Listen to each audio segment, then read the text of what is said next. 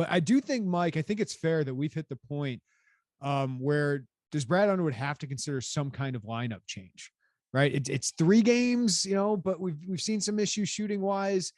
We've seen RJ Melendez kind of take off. We've seen a little bit of positives from Coleman Hawkins.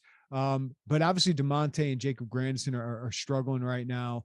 What do you think goes into a potential lineup change? And do you think now would be the time? I don't know what that lineup change should be. Maybe it's as easy as Melendez over DeMonte Williams, like everybody wants, but like, what do you think all goes into that? I mean, it's hard. It's hard for a staff because there's older guys, experienced guys. I'll take it back to my sophomore year and John Eakey and Joe Bertrand, 2 senior starters.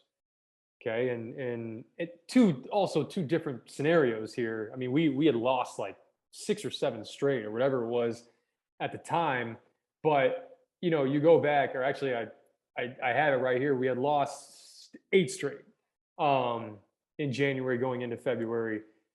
And then we make the change. We put in Kendrick Nunn and Malcolm Hill into the starting lineup, and credit Joe Bertrand and John Eakey. They were fantastic with it. 2 seniors that, careers were kind of getting close to the end in terms of college basketball. And they were great about it. And I whether it's Jacob Grandison, DeMonte Williams, whoever, if they do some lineup changes, you at least know you have mature guys that will get it.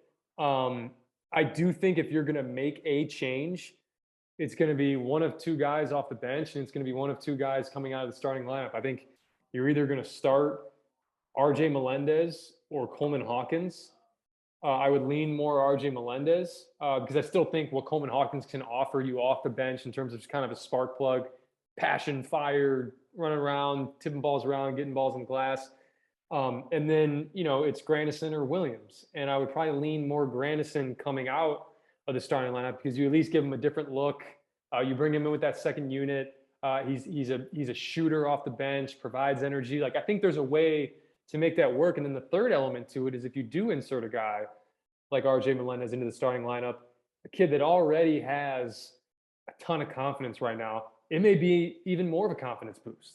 Kind of feeling like you're starting the game, you're immediately in the flow. I mean, all that is extremely important. And do you make that change in East Lansing? I don't know. Like, but when's the next good time, right? I think if you're going to do it, you got to do it.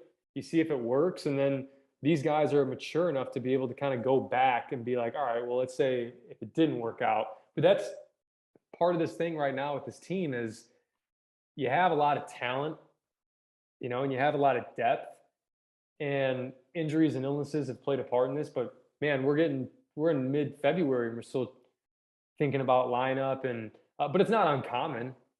Teams make these switches. Jacob Grandison came into the starting lineup last year, and I'm not saying he was the only reason that they went on that 15-1 stretch, but it gave them a different look. And I think you can do a similar thing here. It just do you think do you think it's time for a lineup change? Do you think it needs to happen? I do. I do. But if they didn't, I would also understand that.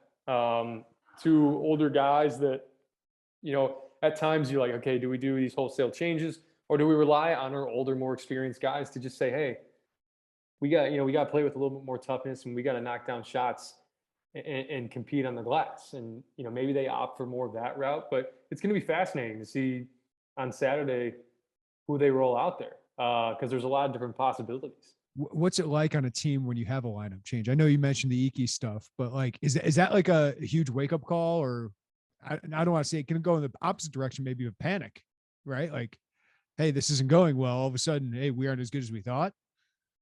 Yeah, I think it all depends. Coaching staffs are usually really good with this, where when they do make the change, it's usually not one that shocks the team because they're there every day in practice. Like for us with Kendrick and Malcolm towards the end of that year, we were like, oh, okay. Yeah, and then when it happened, I think even to a degree, John and Joe both kind of like, yeah, these weren't 2 slouches. And John and Joe were good players too. So it was just, hey, Eakey and Bertrand were both guys that were just willing to do whatever for the team. They just wanted to win. And we went into Penn State, and Kendrick's the one that hits the corner 3.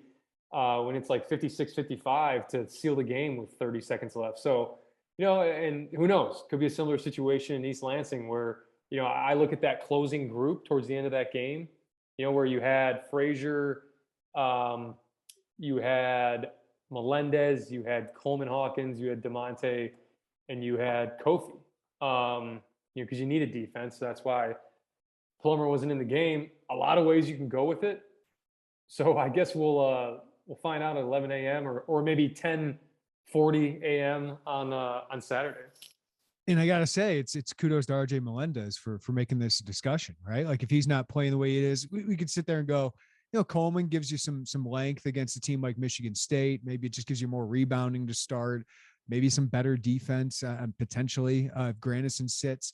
But it's kudos to Melendez, man. I know it was late. I know it was a little bit garbage time there, but man, he's taking advantage of this and he's got a boatload of confidence.